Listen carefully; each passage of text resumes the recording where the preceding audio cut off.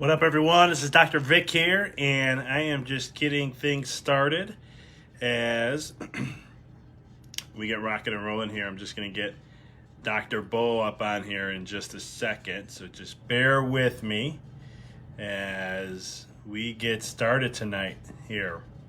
He should be jumping on any second. Multitasking here as I do all this. Hope you guys can hear me well as we dive in here. Okay, good. And 1 second. It's weird seeing yourself live on a computer as you're doing this, but making sure here we're good. Rocking and rolling. All right, let's see. All right, we got Dr. Beau.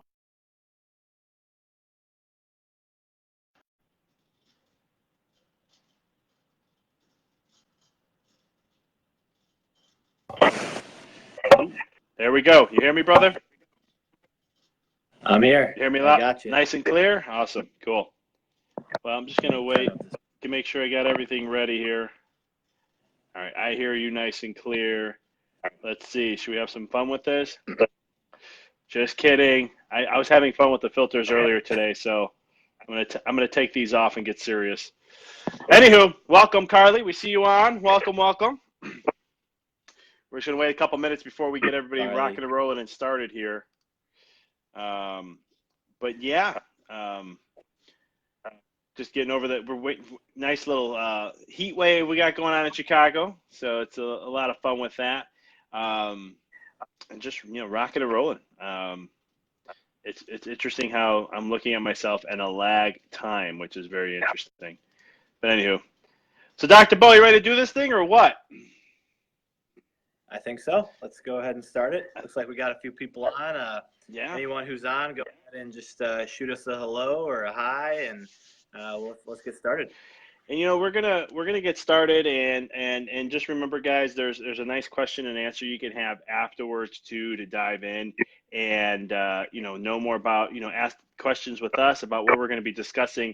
But I think we wanted to start out just really talking about just stress in general. I mean, and looking at what we see in society today, what we see in children, and the amount of levels of stress these kiddos are facing, the amount of stress that we're seeing in adults, and so much more.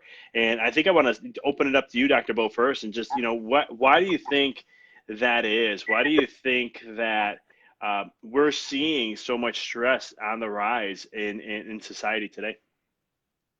Yeah, I wanna just take a step back real quick and just when come Dr. on, Vic man. says stress, or when I say stress, what is it that we mean? Those of you that are practice members that are in the office, you kind of have a general idea, but for the layperson, for the general public out there, when we say stress, they're probably thinking, work or relationships, and that certainly plays a big part of it. But basically what it is we'll break it down into three categories: physical, chemical, and mental emotional stressors. And so examples of physical would be too much exercise, too little exercise, right? Body needs that proper amount of movement.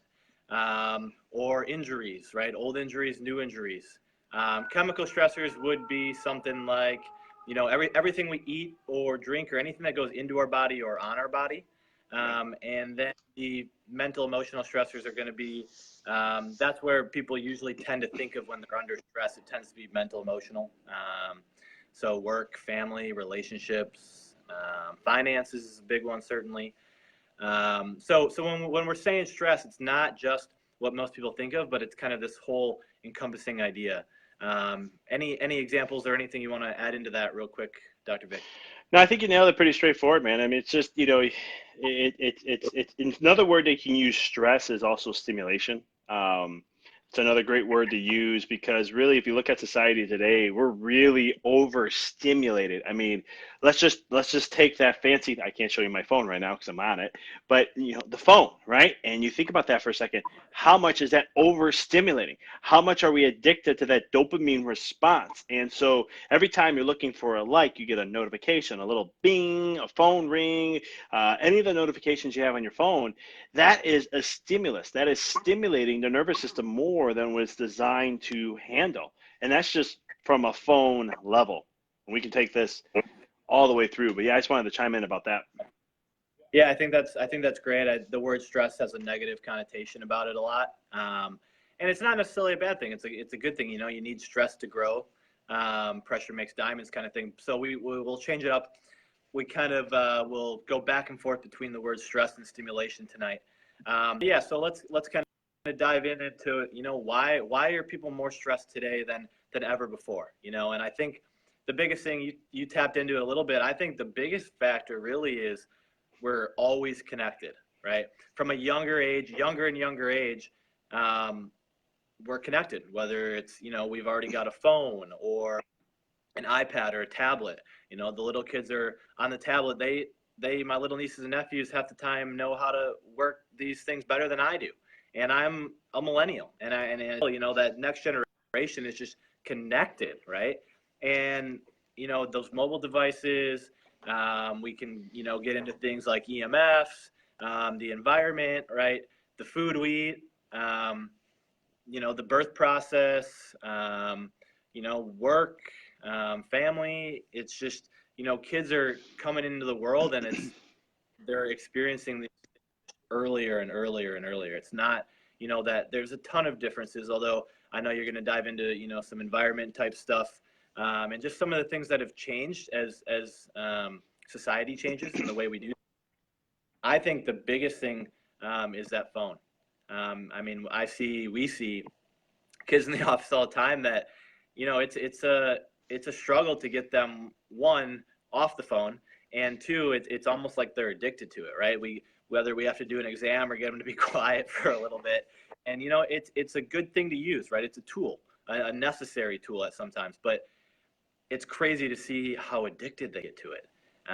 And just like you said, you know, some of my little nieces and nephews are getting hundreds of likes on pictures, right? And they're in like middle school. And I'm just like, dang, I wish I could get that many likes on my photos. Might be good for business, right? But you know, it's just, they're connected earlier. We're all connected earlier. This isn't just a kid thing. I mean, everyone is so available, and there doesn't give your body a chance to kind of rest and deconnect, and get together with nature, or do some of those things that allow us to disconnect a little bit. I totally agree with you on that, because it's one of those things where, you know, in chiropractic, we say a lot, motion is life, right? And the body needs to move. And when we look at adults, what is it? The average American sits for about 14 hours a day, give or take. And to me, that's alarming. That's a lot. I mean, you're thinking you're almost sitting. I think I'm right. Am I right on that, Dr. Beau? Was it 14 hours a day? Sounds right. Yeah. Yeah, because I remember we were at a seminar here on that. Yeah, I believe so. Yeah. And it's one of those things where, you know, 14 hours a day of sitting. Now, to put in reference of how much we're supposed to move, our body is supposed to feed our brain properly. We should be walking 13 miles on a minimum a day just to feed the brain what it needs. And so right off the bat, we're depleting what is needed for our brain to thrive. And when your nervous system doesn't get what it needs, when your nervous system, your body has a deficiency in something, that creates a stress response. So not only do we see that in the adult population, but we also massively see it in kids, because, you know, Dr. Beau, when's the last time you're walking around a neighborhood, and I know you live in the city, but you got parks in the neighborhood. How many times do you see kids running around and playing and just having a blast all the time? Yeah. Yeah. I mean, it's certainly, you know, you see it, but it's not one of those things where, you know, we've had this conversation before. When we're growing up, it's, you know, you're at the park all day, every day after school. That's where all the kids went, and they were just there. You know, we live in a bit of a different world now, and I know we've discussed some of this stuff before too. It's, you know, we know the neighborhood. Everyone all had kids, or, you know, whoever the families that did, and we just played every single day at school for hours.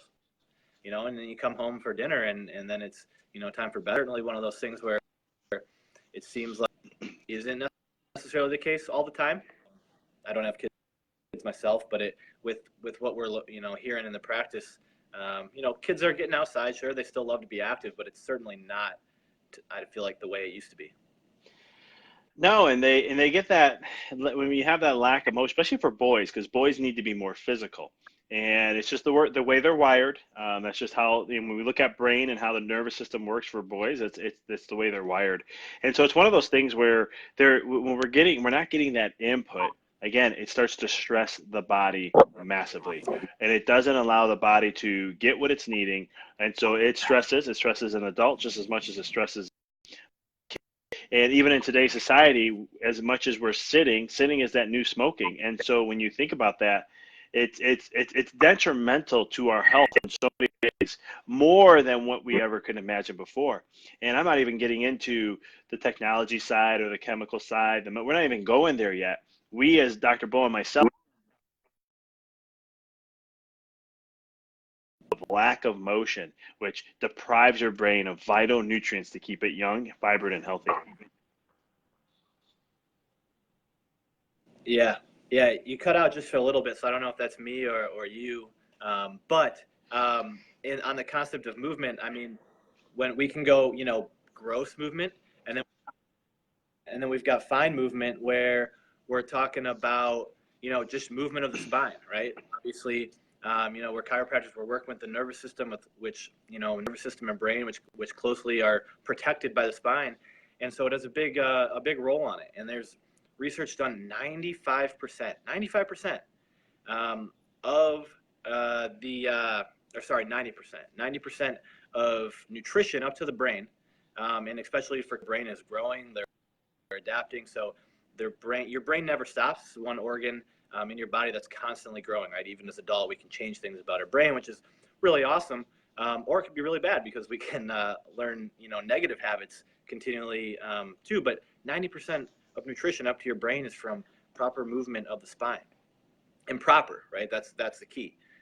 It's not just movement, but it needs to be proper. Otherwise, you're sending that negative nutrition up there. So our brain is, it's something that needs to be taken care of, be almost fed in a way, right? It needs that proper nutrition. And 90% of that is from proper movement of the spine, which obviously comes from just, gross movement and then fine movement within that area too. So it's pretty interesting stuff. And there's more research coming out. It's always interesting to see what new research is coming out there. But really, movement is life, right? And we were made to move. And if we don't, it harms us in ways that most people think of, right? We would be not in good shape, but really mentally and neurologically has such a huge role as well. No, you're totally right. And you bring up a great concept about movement too, because again, what are we seeing? Why are we seeing society so stressed today? And we're going to get into a lot more, but another great thing is intervention of pregnancy. I mean, the more intervention an individual has when it comes to pregnancy, the more complications are going to come from it. It's really interesting. It's like, for example, there's research out there, 95% of children who are born have some sort of a subluxation within their neck, within their spine, especially that first bone. Now, subluxation, really quick, just means a miscommunication, a nerve interference of some sort that creates a miscommunication in the nervous system. And your nervous system controls all functions of the body. So it's one of those things where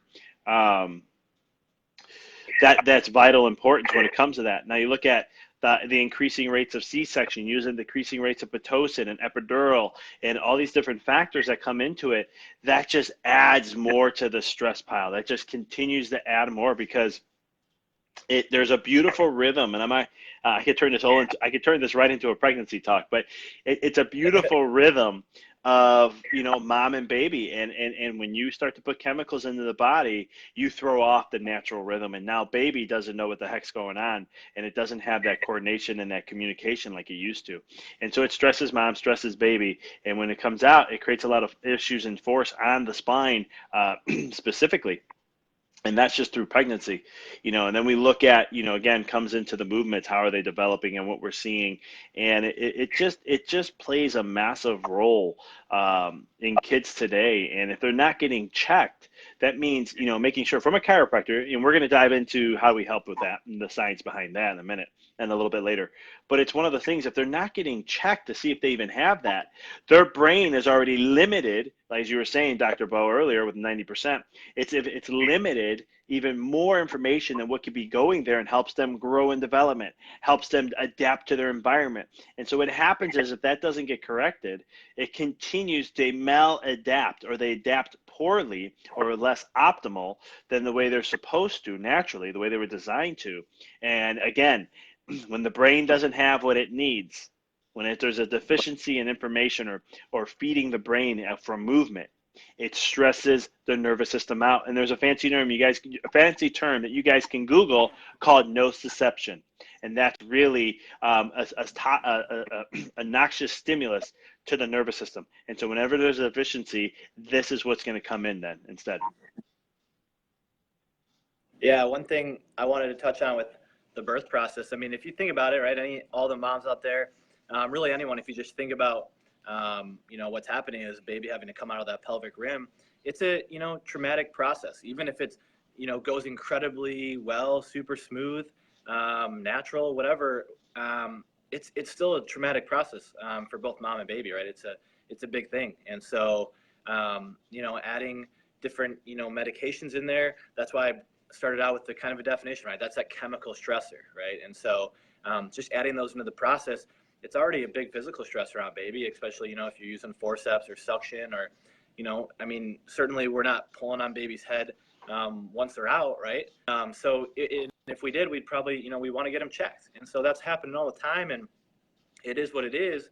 You know, it's becoming more and more common, but we got to make sure that we're getting these kids checked, because it's a traumatic process.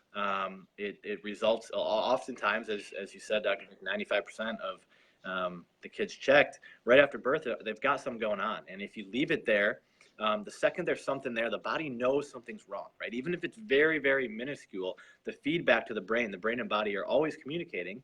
And so the brain's thinking, okay, there's something going on there, not really sure what it is. And meanwhile, they're trying to adapt to all these new things. And it stresses it out, right? It stresses out the brain and the nervous system, because they know something's not 100% right. Something's not quite optimal. And so if you don't get it checked, if it's just there, just sitting there festering, and it builds up in the nervous system, that's the system that kind of takes the hit. And because the nervous system's trying to adapt and change things. And so if there is a subluxation there, if there is a kind of disconnect, just a teeniest little bit, right? Even if it's, you know, 99% perfect, the body knows that. And so that's a stressor in itself. That's, you know, would be considered a physical and kind of a chemical stressor too, but the body knows something's off, even if there's no symptoms, right? Even something that we hear a lot in the office is, you know, why would I bring my kid to the chiropractor if I don't have any symptoms, right? And no symptoms means no problem. And that's just, you know, not the case at all, because these subluxations, these misalignments, these, you know, just miscommunications usually don't cause symptoms right away. They could, certainly, but it just builds up over time, and there's something that's wrong, and there's a little dysfunction. It just builds and builds and builds, and it just kind of lingers until all of a sudden one day the body can't adapt to it, can't deal with it anymore, and that's when we get symptoms. And that's kind of like the body, we like to say, you know, pulling the fire alarm, right? It's the fire alarm, excuse me, goes off. And because the fire's been building over time, the fire alarm doesn't just go off right when the fire starts. The fire's been building over time. These things have been sitting, festering. The body's been stressing over time, and then all of a sudden, eventually, it leads to symptoms down the line once the body's kind of done everything it can to try to adapt to it. And I think it is cool to see. You know, our bodies are incredible. They can adapt to so many different things. But eventually they hit a point where they need some internal help, or they just need some removement. Really, they don't even really need help. They just need that removement of the interference so that they can get back to communicating the way that they should, the way that they were designed to. And then all of a sudden symptoms start to kind of cease or decrease as well.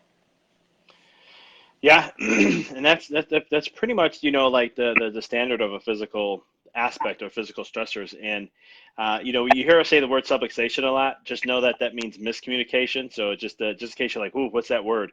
But it's one of the things to think about. And, you know, how do I know that, you know, functionally I have subluxation? How do I know from a physical standpoint? And it's really easy. You turn your head to your left, you turn your head to the right, you're going to be able to turn your head better from one side compared to the other. That's known as a physical subluxation. That's also a maladaptation, which means the brain has gotten used to, as Dr. Beau was saying, it's gotten used to this pattern, this input that's been coming in, and now it's having a disconnection from the environment, from itself, and that just causes a whole cascade of things. Again, we could do a whole workshop on that alone, but I wanted to get into the second. Other thing. Oh, go ahead. Real quick is, if you look, I can look at myself in the camera right now. If you're looking at yourself in the mirror, is your head tilted just a little bit, one way, the other way, right? That right there is just a dead giveaway. It's something everyone out there, I challenge you to start looking at people that way. It's interesting, right? I mean, as a chiropractor, we're doing it all the time. We kind of forget that we're even doing it because it's just kind of some, you know, posture we're always looking at, but just slightly, right? It's not going to be super obvious, although some people it will be. But, you know, if you think about it, it shows just kind of a brain, not deficiency, but imbalance, right? A little bit, just one side, you know, there's two different sides of the brain. Again, we could go down that road for a while too, but if you think about, you know, this is a bit of an over-exaggeration, but someone going through life like this, right? Their brain's having to make all these adaptations to get back to this way and see the world differently. And it's no different, right? It's a little exaggerated, but it's the exact same thing when we're talking about subluxation. Things are just a little bit off and the body's seeing the world differently because of it. Totally.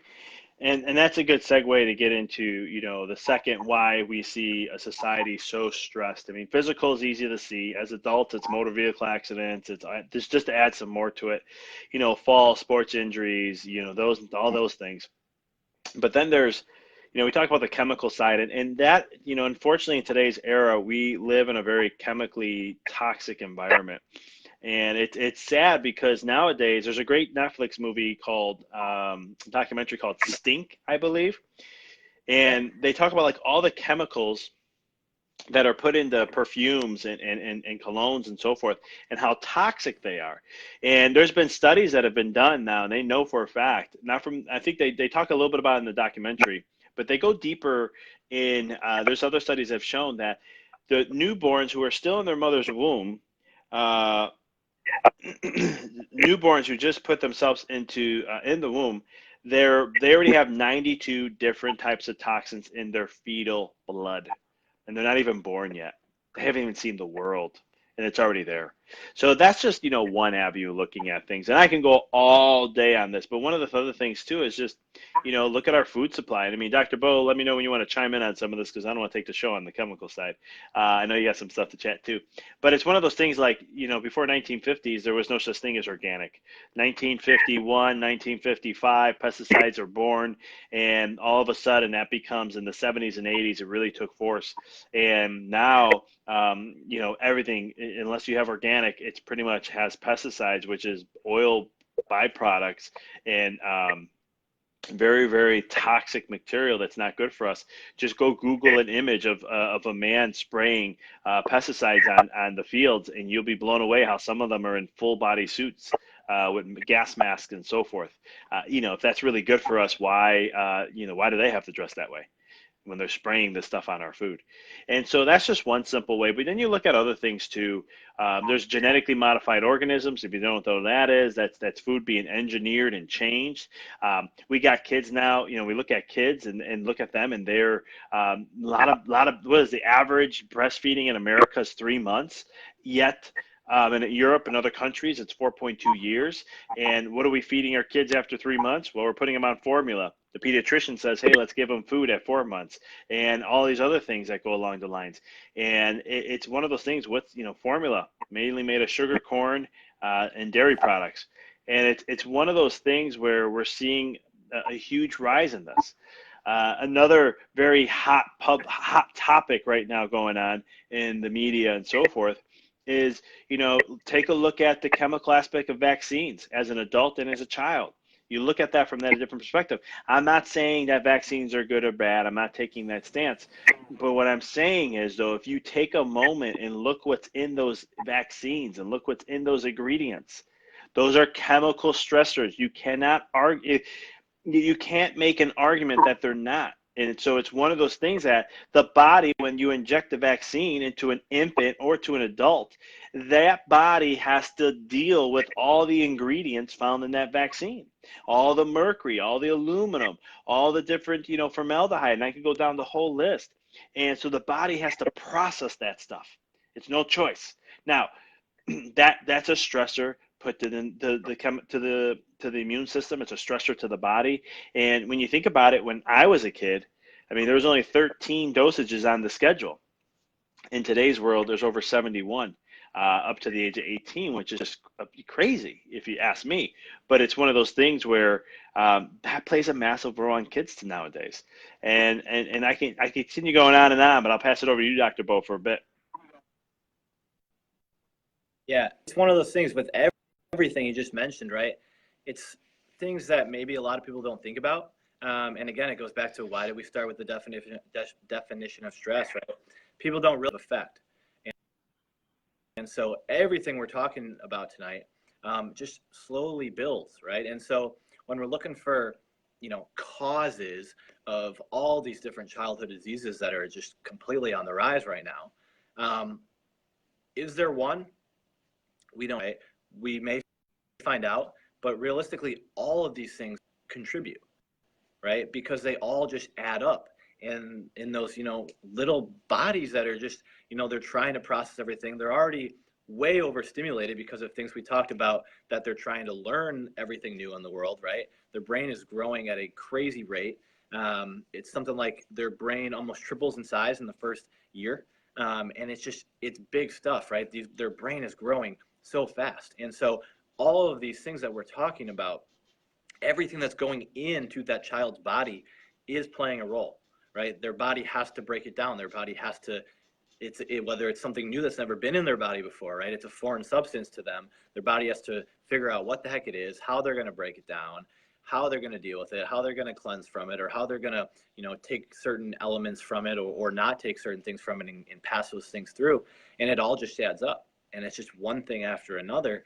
And it's more now than ever. There's, we've got, I can't think of the number, a ridiculous amount of, I want to almost say 400,000. It sounds so big to me, but a ridiculous amount of kids under the age of, I think it was 10, that are already on antipsychotic drugs, right? Less 1 year old, 600,000, okay. 600,000. So you're a little under. Like, ooh, no. that might be even too big, but that just saw that the other day. I mean, how crazy is that, right? It's do these kids need that? That's not for me to decide. But is it a chemical stress to their body? Absolutely. That's not a question. Yeah, totally. And I mean, there's just so much. I mean, and I don't want to get too much into it because the chemical, I mean, it's just everything. And we have fire retardants, there's DDT and everything. There's not an ounce, they've done studies, there's not a place on the planet where there's not some sort of chemical toxins that we've created. DDT, fire retardants, and so much more. In the ocean, it's all over.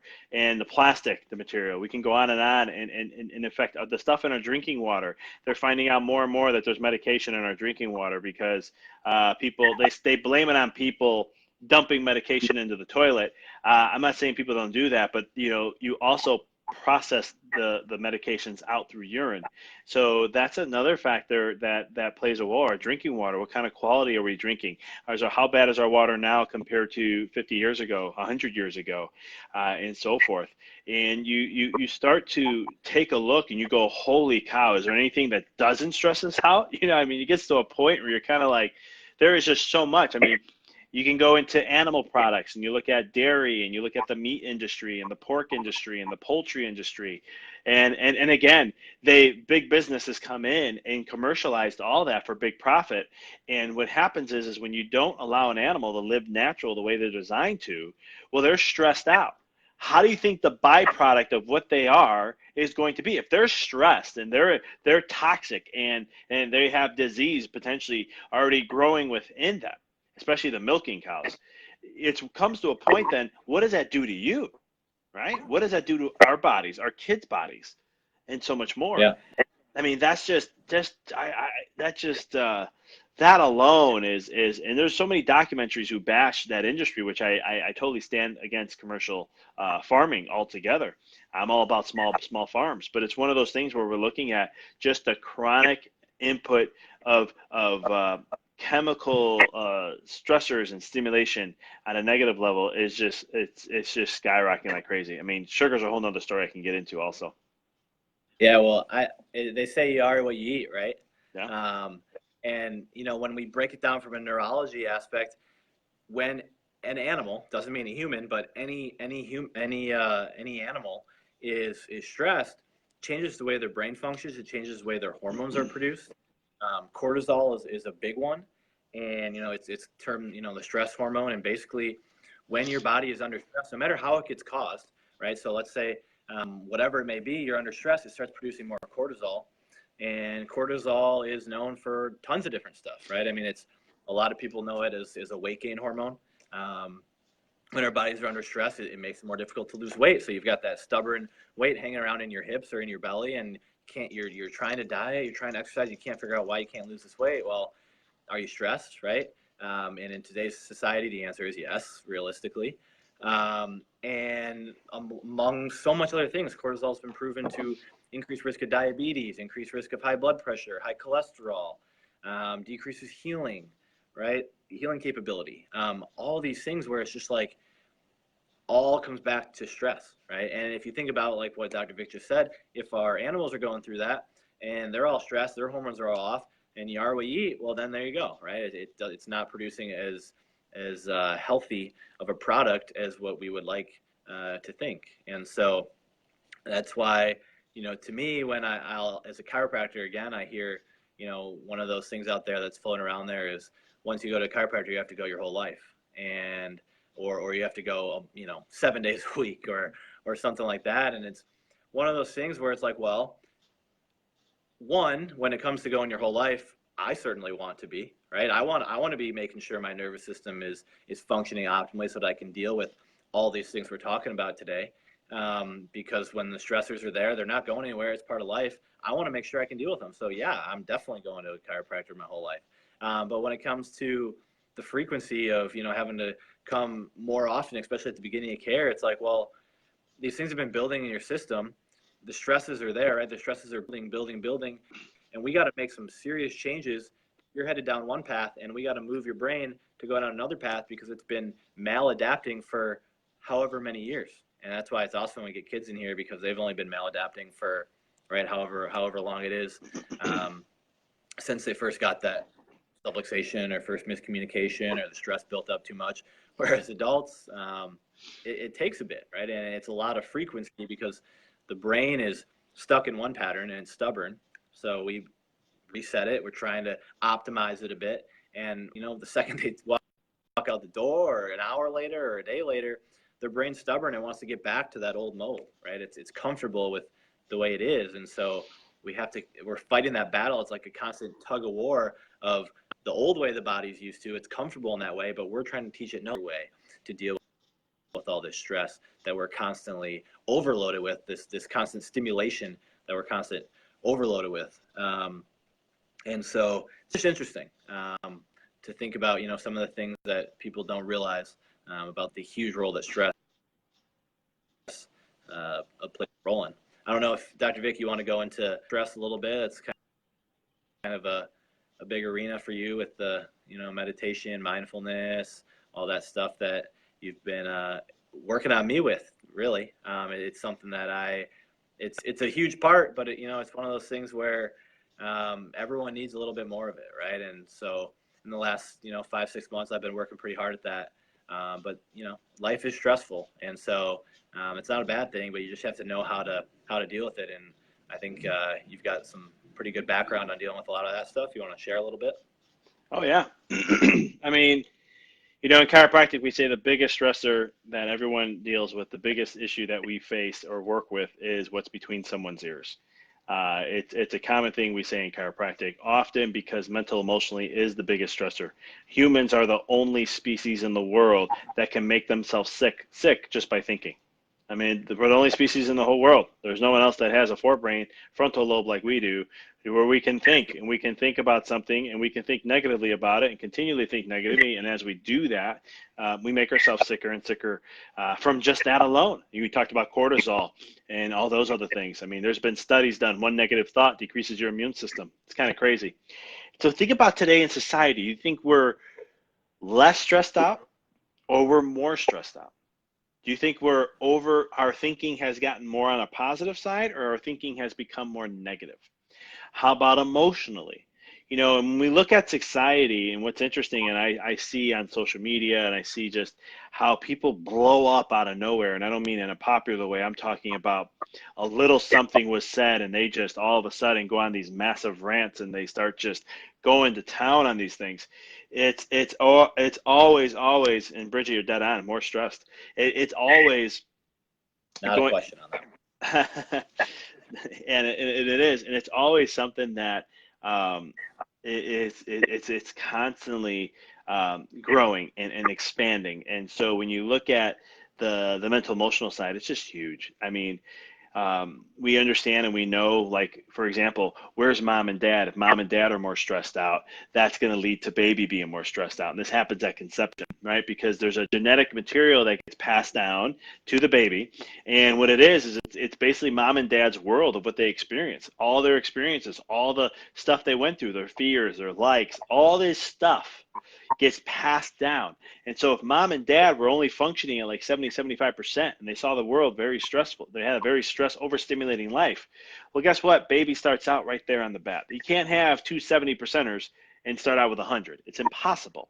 And so that's why we're starting to see kids. I mean, we'll work with patients all through pregnancy, adjust them. Baby comes out subluxated, severe stress mode patterns, and so much more. And we're just like, the mom looks at us like, adjusted, how's this possible? And of course, walk them through that whole story, because it's so critical when it comes in today's society with stress. I mean, it's just, I can go down so many avenues with this. You know, financial stress, there's marriage stress, there's family stress, there's social and economical stress. If you don't like Donald Trump, you're stressed out. If you know, it's just all these different things that are stressing people out.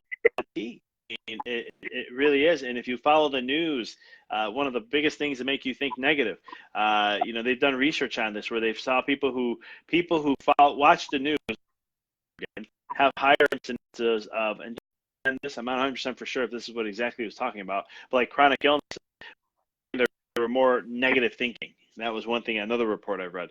And so it's because think about it, the news doesn't have anything popular. It doesn't have, what I mean popular is, it doesn't have anything that's good. There's nothing out there that's that good. And so you have that, and you know, think about nowadays with moms and pregnancy. You know, that's another factor I can go down. You know, are doctors supporting the pregnant mom and saying, hey, you can have this pregnancy? Or are they saying, you know, let's do this ultrasound, let's do this check, and then, oh my goodness, we found this, so this can mean this and this, and this is what we're gonna have to do, and now you're gonna have to go through here, and yeah, you want a natural birth plan, maybe we'll that may still happen, but we're gonna have to focus on here because this is what may happen. And they go down this whole path because the medical world sees pregnancy as a disease. They see it as a pathology and don't see it as a natural, beautiful process. And so imagine the kids being born in today's world with that kind of mindset. That's stressful for on the baby and so much more. And I know if you want to chime in a little bit on more on this mental emotional stuff here. Yeah, I mean, I was thinking news, and then you hit. So you know, it's one of those things. I mean, to be honest, I don't really watch the news at all. But neither do I. If I'm at someone's house and it's on, I mean, it's certainly never positive. And I mean, and maybe, yeah, sure, there, you know, there's, you know, stories or you know, someone maybe saves a dog out in this frigid temperature or something like that, right? Some feel-good stories, but most of the time it's not. It's usually negative, and that's just, and then that changes the way we view the world. And just from, you know, working with you, the way that I see things now is, if the way you see the world is the way your brain perceives it, right? So if you see it as negative, your brain thinks, oh, I'm in this negative situation. All of a sudden you're stressed out. and we don't know why. Well, you know, there's so many different, and the tough thing is when it comes to do is there's so many different ways for people to get stressed. It's honestly ridiculous. And so when it's one of those things, you just, yeah, Bridget, yeah. I mean, and that's right. I guarantee you, everyone that watches the news feels the same way you are. It's always going one way or the other, right? No matter what the topic is, it's one of the things. So, yeah, you know, when I was in California for 5-0 Maria, it was t-shirts. You missed the freeze. And shorts every day. Now I'm out here, and it's like, well, I still don't really look at the weather, but I get surprised every once in a while, so that's always nice. There's so much stress coming from so many different ways, where it's kind of like, how do we even attack this beast? And so, in my opinion, the best way to attack it is, yeah, there's things we can do to decrease stress levels, but how about we instead increase the body's ability to adapt to all these stressors, right? If we can do that, then it doesn't necessarily matter where the stress is coming from, because everyone's different. Everyone has their own stressors, and we're going to help you along the way to try to decrease those. But if we increase the body's ability to adapt, then, okay, now we're on to something. Now we can deal with these stressors and not feel negative about them, and not have these negative chemical or hormonal effects in our bodies, because our bodies are okay saying, yep, there's a stressor, that's okay, I'll deal with it, I can adapt to it, and I can do all these things, it's not a big deal. And so then now we're getting somewhere where we're able to not have all this just constant negative feeling in our body and our nervous system just constantly building up. No, totally, and it's it's one of those things, like in the in the medical world, and just in, because we've been so programmed in a certain way, we always look outside in, and it's like, oh, I'm stressed, so I have to limit my stress, I have to remove my stress, I have to stop this, or if I just didn't have this, or if I didn't have that, and it's really, that's a very reductionist type model, which you're narrowing things down to a certain point. But in reality, as Dr. Beau was saying, the key thing is to adapt better to it. And I can't explain this any better. If you're into the Super Bowl at all, and if you're patient, you may have heard me say this. Tom Brady, awesome dude, 41 years old, number 7 best quarterback in the NFL out of 32 teams. Where do you hear about that nowadays? But do you think he knows how to adapt really, really well to his stress? Do you think he knows that his nervous system can respond optimally, so that whatever challenge, whatever change happens, may it be known or not known, he can adapt pretty well, adjust, course correct, and be able to thrive in what he's doing? I don't know. I would say yes. I mean, he's got, what, how many rings? 5 rings, we said? Like that? 5 rings. Anyhow, still that's doing it at 41, and no signs of slowing down. Which is certainly unlike anyone that's ever done it. And it's one of those things where, so you see all, what are the things that we look at and how we analyze things to not be so like, oh my God, I have to worry about this or worry about that? Because like working with moms, what's the biggest things that when a mom comes in and their kids may have some issues going on digestively, the first thing we always see is, oh, I took them off dairy. And I'm always like, it's very interesting when I see that, but if the nervous system has some subluxations and not communicating well, what if they just start to get adjusted and we remove those subluxations, and all of a sudden their body can tolerate gluten a lot more. It can tolerate and know how to handle dairy a lot more.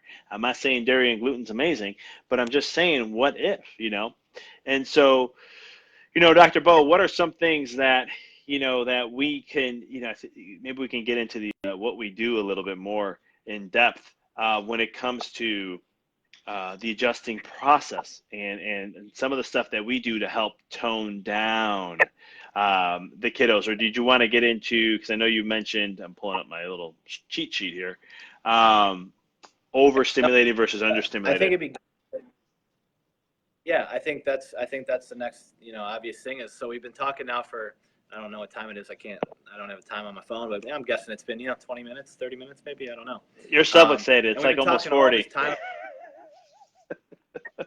well, time flies when you have fun. We've been talking this whole time about how stressed out everyone is, and how there's all these, stressors in the world more than ever before. We're always connected to our phones. We're always connected at a younger age, this, and this, right? And we've been talking now for all this time. And so what it comes down to really is that everyone, really, every single person that walks in their door, I'm still waiting for that time where I see someone that's hypo-stimulated. And realistically, in today's world, that probably would be a pretty bad thing because your nervous system really isn't adapting then. But everyone's hyperstimulated, right? Everyone's body is just overstimulated. So what do we do about it? And one is, I think it's really important to note that how do we, besides just knowing, how are we able to objectively figure out whether this person is hypostimulated, hyperstimulated, how hyperstimulated, how hypostimulated? And the way that we do that here, and really, I mean, I don't really know another way to do it, is the nervous system scanning technology that we have in the office. Super cool stuff, really awesome when we're getting out where technology and science is catching up to us. And instead of just kind of subjective, findings and subjective knowing there's something going on there, we can objectively see it with this scan. And so it tells us, how overstimulated are you? And so when we see that, now our job is how do we get rid of some of that stimulation? And as a chiropractor, the main stimulation, right, that we're looking for, that we can immediately control at your time at the office, is that subluxation, or that miscommunication from the brain down to the body, or body back up to the brain. And so when we find those things, that's what we're searching for. When we're adjusting patients, that is what we're looking for. So we can remove that overstimulation so the body can then be a little bit more at ease, and increase adaptability, because it's not just having to deal with even more stimulation. So the way we do things here at this office is a little different than most chiropractors. And not that our way is the best, but everyone does things a little differently. But the way that we do it is we're focused on making sure that we're not adding too much stimulation with our adjustments to an already overstimulated body. And so we use what we would call a tonal chiropractic technique. That's why in some of the stuff we've been saying, how do we tone things down, right?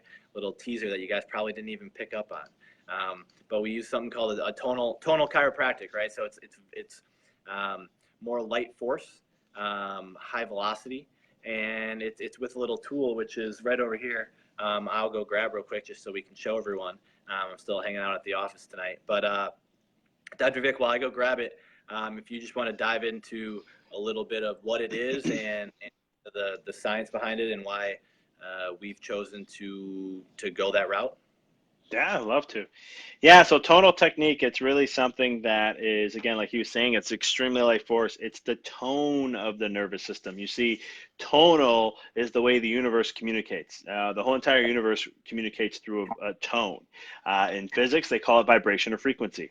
But tonal is just using the tone to tone the nervous system to where it needs to be in the most optimal state possible.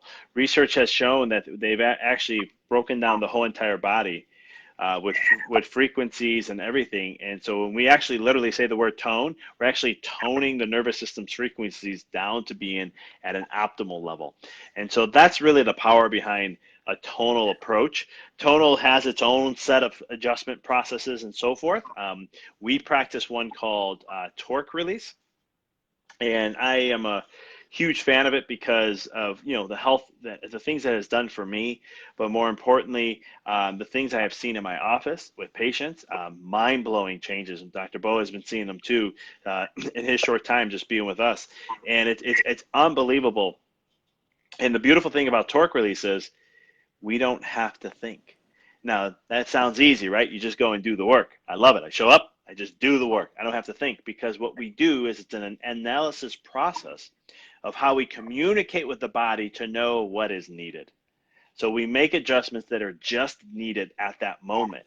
And what it does is it helps raise the tone of the body, and the higher the tone goes, the more vibrant and healthy and functioning the nervous system is, which allows you to be more resilient and adapt better to all the stimulation or stress that you deal with on a daily basis. And when you're doing that, you're living your most optimal life. You're experiencing your maximized human potential. And that is just massive when it comes to torque release. So I know, Dr. Beau, you got the instrument in your hand. I'm gonna let you go ahead and showcase that little puppy. Got a nice little instrument here up against the background so you guys can see it, but right, it's just something small, right? It's a small little instrument. and we use it to make our adjustments.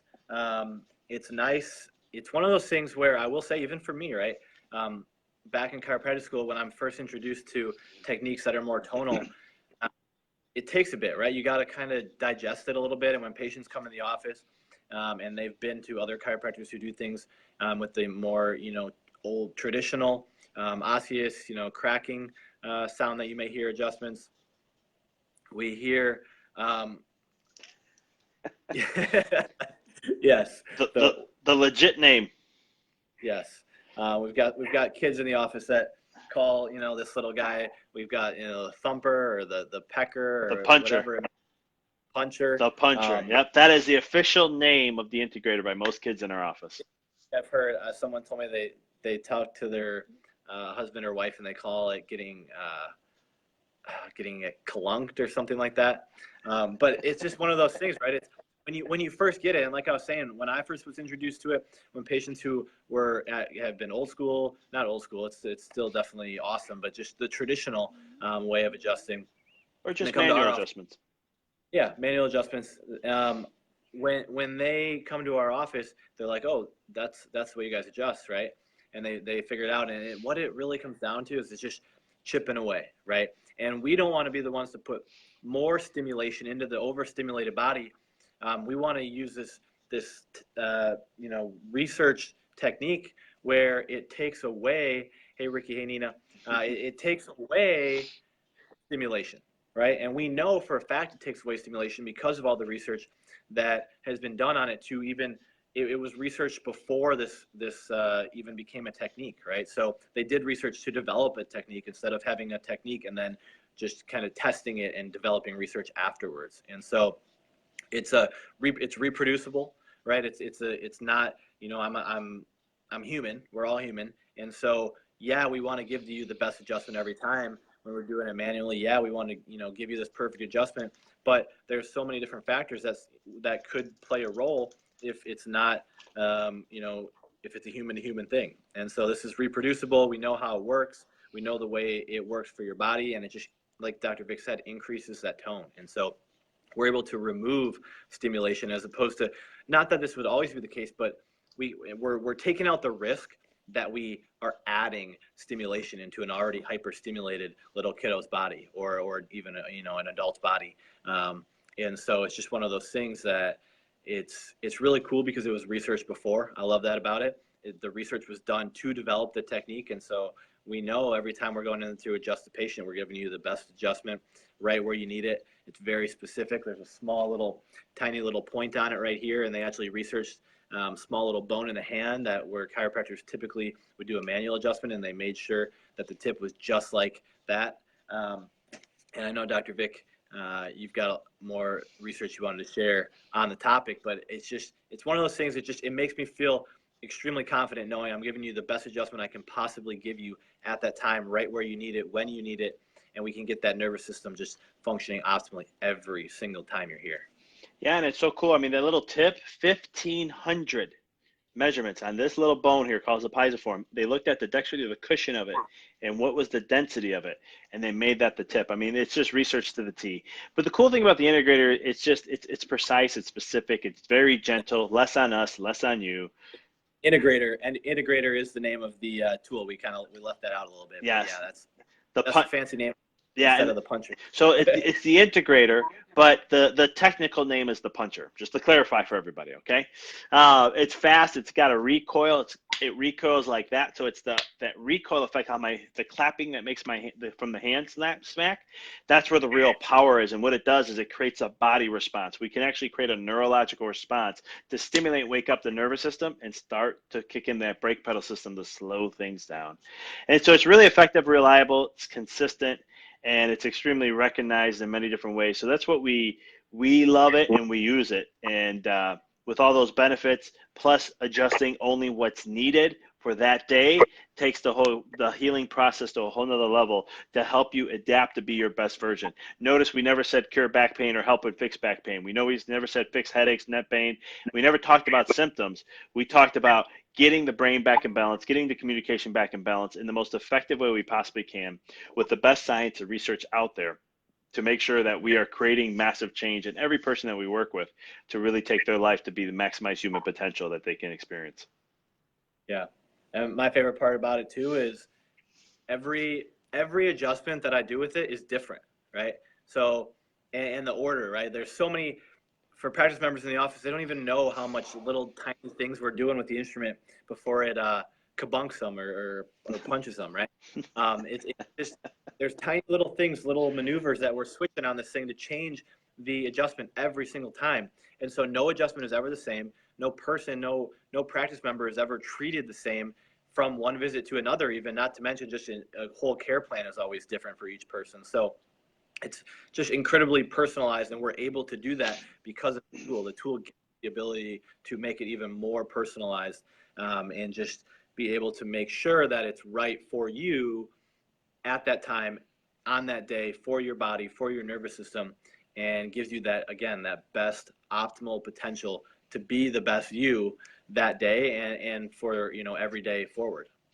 And the beautiful thing too is we monitor along the way, as some of you know who are patients are on here, that we monitor along the way to show not only just for ourselves to know that we're seeing those changes, because when we do scans and we use the technology we have in our office, it's really just to see, okay, what's the body, how's the body healing itself? How's the body, as it improves its communication, as the brain starts to get more in a balanced state, what is it focusing on? Because that's what we use the scans for, is just to give us an idea, a little checkpoint to see, this is what it's working on next. Oh, wow, this is cool. Now it's doing this. And that's the beauty behind it, because we can monitor along the way to see exactly what are we transforming, how do we know for sure we're making changes, and what kind of changes are you having in that aspect as we continue along with it. Yeah. And it's just cool, you know, when you're able to get that nervous system functioning better, all of a sudden we start seeing, you know, better sleep or higher energy, you know, not having to have that extra cup of coffee midday, or, you know, so much, just not necessarily symptoms, but just things that are increasing that, one, they didn't even know were going to increase by coming to the chiropractor. That's always fun. Like, hey, is this is changing? I haven't changed anything else. Is this you? How's this going on? Right, always fun. But you know, digestive things, whatever it may be, kids are sleeping through the night, kids are, you know, breastfeeding better, whatever it may be, pooping better, and so it's just so much more. When you get that nervous system optimized, it just results in so much more than just, oh, I'm out of pain, or oh, I'm functioning. You know, my muscles don't ache as much, or things like that. It just gives us that ability when we're checking nervous system, we're adjusting nervous system, and we're rechecking nervous system with those scans. It gives us the ability to give people things that probably they didn't even really expect, and really just overall just increase, again, their tone, their vibrancy, right? And it's awesome and it's exciting. But I don't really have much else to touch base on. I don't know if you had anything else you wanted to talk about, Dr. Vic, or we open this thing up for some questions? Yeah, I mean, I think so. I mean, it's, you know, I just wanted to add one, you know, as you were talking about, you know, with tone, how does that, you know, when we work on the brain first, I mean, how does that play a role in an individual's life? How are we solving the massive issue we have when it comes to the massive load of stress and mom and dad and the adults we see and the children, you know, and the thing is, you know, the brain and the body can heal itself. You guys experienced that. And when we get this in the balanced state, things just thrive. And it's really important to start with the brain first, because when the problem in society is, you know, I say this very strongly, is that if anyone ever talks about health or they talk about wellness and they don't incorporate chiropractic or the brain itself into the matter, it's fraud. It's not truth. Because if you don't have the thing that controls everything, and it's basically the communication system. I would even say, we say control in chiropractic a lot. I'm just going to say communication. If you have a communication system in the entire body and it only works 50% of the time, it doesn't matter what kind of things you put in there, how you run it, you know, it's not going to be able to maximize itself to the full potential. So we have to start at brain, and that's where what we do and what we do as chiropractors every single day is to make sure that brain is in its optimal state, because chiropractic amplifies everything in your life. So that if you want to eat healthy and you have chiropractic, guess what? You took your health to a whole nother level now, because your body can go ahead and handle, respond to that. Just like in fitness, sleep, and so much more. And that's why we see what we see with children too, because as we do that, we can help get them calm to be more centered to return back to that perfection. So that's really all I wanted to add to it. But if you guys have questions, I mean, please chime away in the comments. We're here. We see them. This is really want to leave it open up to just get some question and answer here along the way. Anything you guys need to add, any questions you have, we're here to help support. Yeah.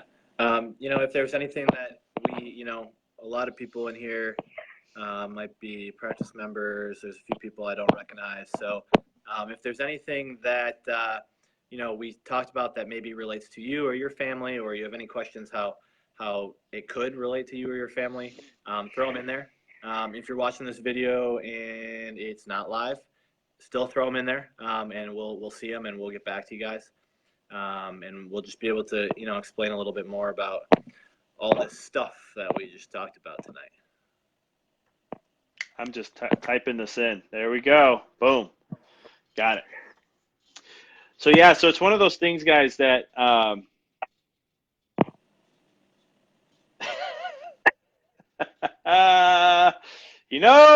let's have some fun.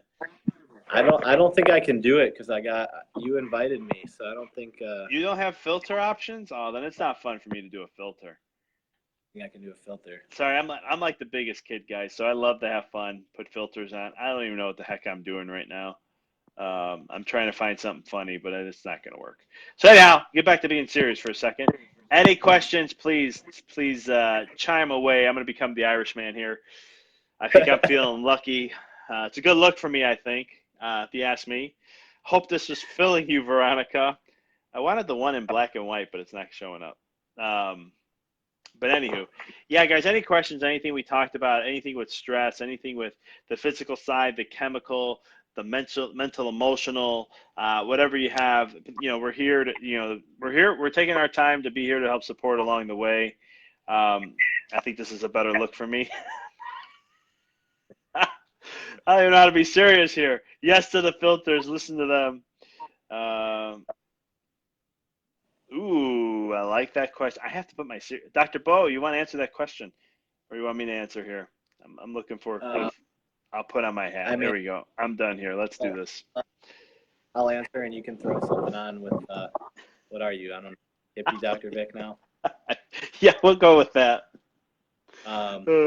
This is what happens when you're married. This is what happens to me when I'm married to Veronica. That's a whole nother story. But let's just get rocking here. Yeah. So the question was, do C-sections cause babies to have less subluxation? So yeah, we talked about earlier. We talked about how, right? You think about the birthing process, whether it's natural or not, it can be pretty traumatic. Avengers. And no matter you're having to get a baby out of the pelvic rim, it can be stressful on both mom and baby. I can't say I've been a part of a C-section or been in the room for a C-section, but I have watched videos, and it's pretty gnarly. There's that word. I can't believe I just said that, Carly. Pretty gnarly. But it is one of those things that they're pulling. I mean, they're pulling, and they're in there, and they are pulling that baby out, right? There's all that stuff in there, right? All your organs, all your muscles that they have to realistically kind of pull out and move. And so really it's actually probably more. Not probably, it is. There's going to be so much more force on the body, on the little baby body, on the neck, right? Because they're just digging their hands in there, grabbing whatever the heck they can find and pulling out, because their one job at that point in time is get baby out. Yep. And it's not really about how easily can we get baby out or how can we be careful about getting baby out. It's just get baby out now. And they're just grabbing whatever they can. So really, and it's not it's not a natural process. So there's going to be added things that way too. So I would definitely say C-sections are going to be adding more stress to baby, more subluxation to baby, both physical, chemical, and there's a mental, emotional component to it too. Yeah, I mean, the C-sections, it hits all across the board. I mean, go Google a C-section and watch how they pull the head out. They're going to massively lean to the left because they got to get one shoulder out, and then they massively lean to the other side, and they get the other shoulder, and then they pull straight up. So moms out there, how much of you would allow me to hold your baby's head and pick it up and just hold it and let it dangle? How many moms will let me do that? I hope all say no, because here's the thing. That's what they do in a C-section. And what's more even scarier is it doesn't just come up nice and easy. It's not like there's stuff that the body has to go through, right? And so that's another weight pulling down on it. And that's why when they pull the baby out, they say, be very careful with its head. Make sure you're holding it in a proper position. And so not only that, I mean, there's so much trauma to the neck in itself that, you know, babies who had C-section are higher cases of asthma. Then you have also the cranial bones. There's a reason why the head should go through the vaginal canal. And that's the reason why there's asthma, because now the bones are not properly aligned. Moms go, my baby has a really nice, like very nice circular head. They didn't get the cone head. And it's like the cone head is critical. You know, it's critical for their development. It's critical for their respiratory and breathing. And that's why asthma is so much higher. Another thing is when they don't go through the birth canal process, and they have a C-section instead, what they end up doing is the bacteria of the environment they're coming into is what sets the tone for the probiotics, or the negative bacteria. But the other thing is, I forgot the negative term of it. What is it again?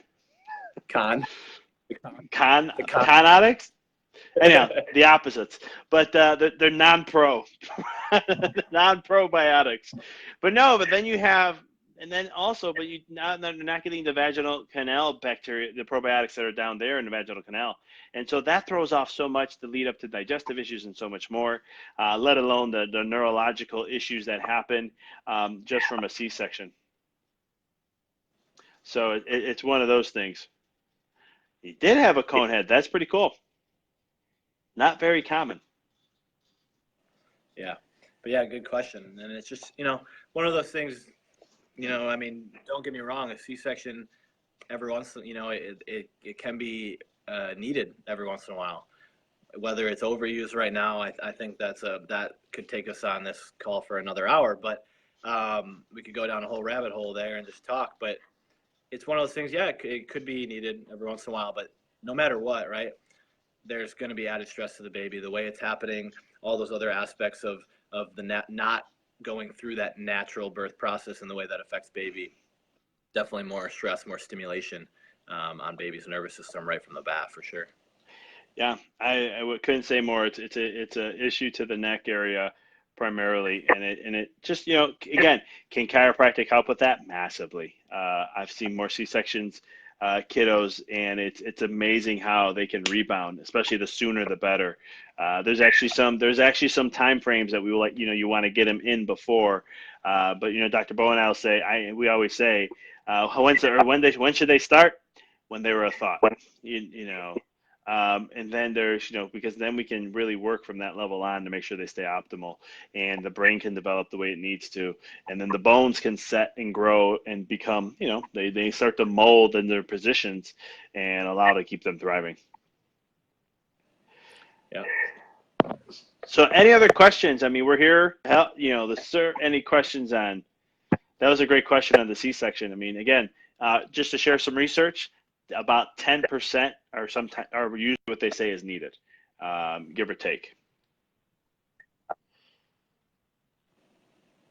Yes, good question. Yeah, we will be. This is something I think we're doing April, if I'm not mistaken, right? I don't remember when that one was, but yeah, I mean, this is the first one, right? Our first Facebook Live. We just wanted to, test it out. We do a ton of webinars in the practice, usually at least probably 2 a month, maybe even 2.5. We might average 2 or 3 a month. Usually they're more for our patients, more for people who, are or see that we've got in their kind of private. They're online, so anyone can sign up, but typically we just kind of add them to part of being in our practices. You get all this added information from our webinars and different use. But we're going to start, I think, doing a few of these, maybe one every a month or one every couple months, whatever. Depending on the feedback we get, we will definitely change it up, do some different topics, and we can talk about that stuff for sure. This was a bit of a kind of overarching one to start. Stress is role in pretty much everything, so certainly something that stress is majorly playing a role in, and so much more. So this is kind of overarching, and we could break it up and talk about some different, more specific things for sure. We can definitely do that. I think one of the good things we could do is, for people who've watched this, if you're watching the recording, just comment below what you'd be interested in a topic, and we can do that. Because we do have our online webinars that we do, workshops that we have, but this is something that we just started, and like Dr. Beau said, monthly is something that we ideally, if it gets popular enough, we'd be more than happy to chime on and really just share some of the great content and show you what the science is. I mean, that's the thing about our office and what we do. We bring the science to the table. We don't speak unless we're 100% certain. It's just one of the things that one things we don't do in the office. We have codes that we go by in the office, and one of them is that we're either 100% or nothing. If we know 100%, we speak. If we don't, then we just we're not going to.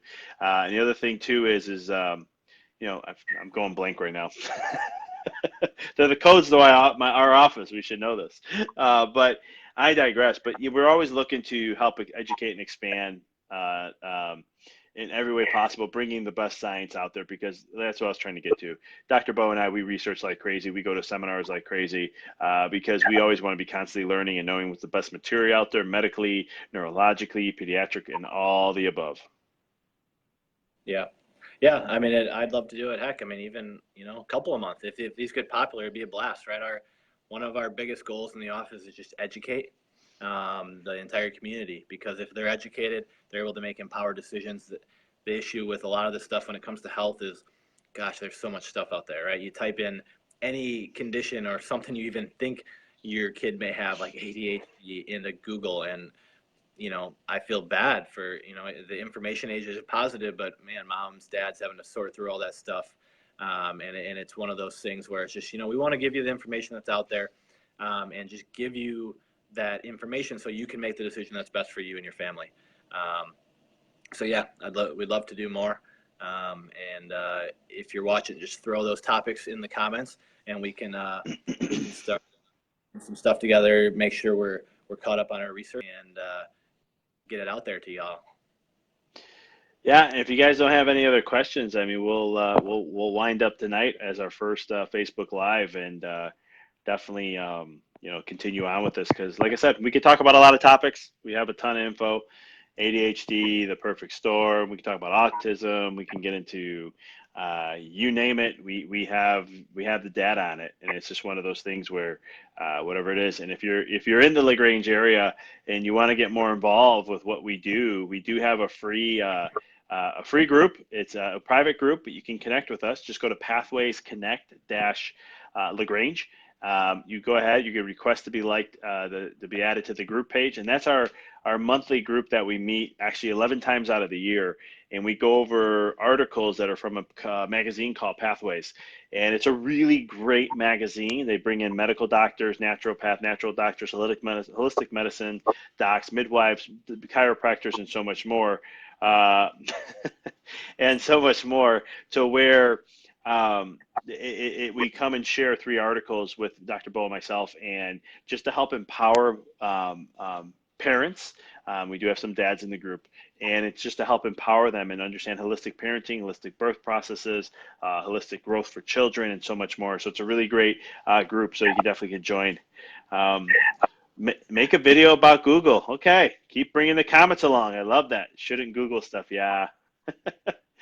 Yeah, the information era. I mean, unfortunately, it's like Dr. Beau said, it's a great thing, but unfortunately, this is the era of the most confused moms when it comes to health.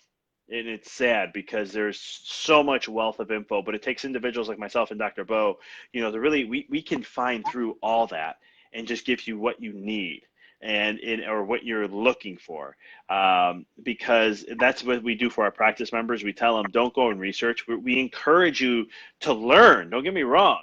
It's just that somebody gets a condition, a name, a label, I had one mom who had a potential condition, and she didn't sleep for a whole weekend. And I was just like, you could have emailed me. I would have been more than happy to. I could have cut that down within like this, and you wouldn't have been worried. And then she's like, okay, from here on out, I'm just going to do that because we know what to look for. We know how to look for things faster because of how words are searched and all those types of things. I mean, you would agree to that, right, Dr. Beau? Yeah, for sure. For sure. You know, it's just one of those things. It is what it is, but we can certainly help with that process and give mom and dad a little bit more of a calm when it comes to a lot of the things that pop up that, you know, everyone wants to be the best parent, but it's tough. There's so many different options and different things. And yeah, we see that stuff all the time in practice. So we would be more than happy to help. I know Dr. Beau and I will do a talk about brain health and brain balancing and right brain versus left brain and all that. I think that'd be a fun one for you guys. That could be maybe one of the next ones, but definitely comment below. But for myself, I appreciate you guys coming on. I appreciate you taking some time in this wonderful evening to just hang out with us and just hear us talk a little bit about why we're so stressed. And hopefully you got the vision of seeing how much overstimulation in so many different areas are happening in today's world and how it's affecting us and how our nervous systems aren't really designed to take on that much stress and so much more. Yeah. Yeah.